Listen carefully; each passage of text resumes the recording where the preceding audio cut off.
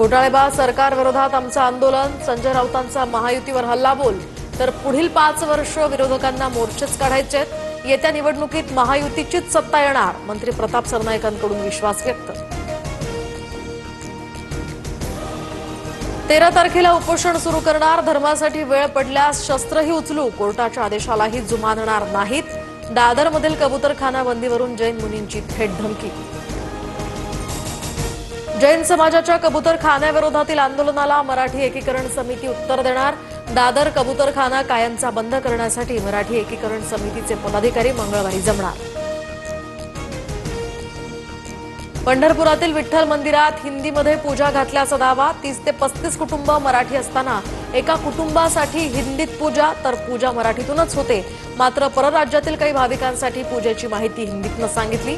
मंदिर समितीचं स्पष्टीकरण.